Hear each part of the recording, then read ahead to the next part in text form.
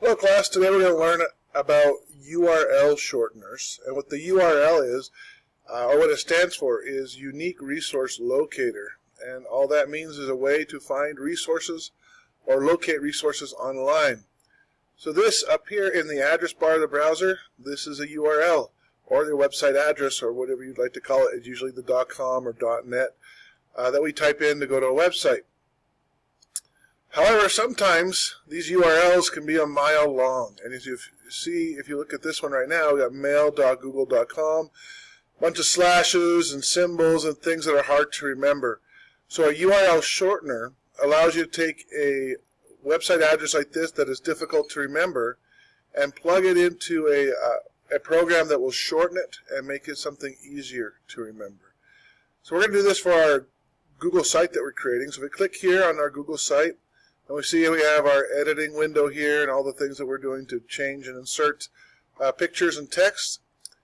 We're going to hit publish real quick to make sure our changes are saved. And publish is just a way to basically save the changes on your website and make sure other people can see them. And then on this down arrow here, we're going to click on that and click on View Published Site.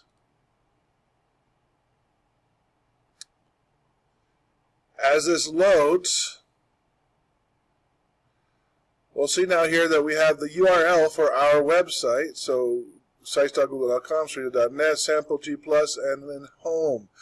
A long and difficult to remember website address. So if we copy that and go to a URL shortener service called tinyurl.com,